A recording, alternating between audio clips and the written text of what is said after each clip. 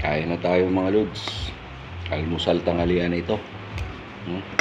Sarap ng ulam pa almusal. Saw-saw sa. Alam nyo ba yung isda na to? Tawag yun sa amin, sap-sap. Sarap nito mga lodi. Sarap. Tapos parisa ng to at sara. Grabe sarap. Tapos alam nyo to mga lodi, gulay ito, lumpiang toge. Tapos suka.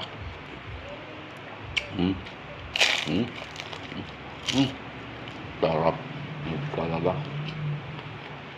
Ito ang almusal ng mga taong mahihirap tulad ko. Lumaki ako sa ganitong uri ng pagkain.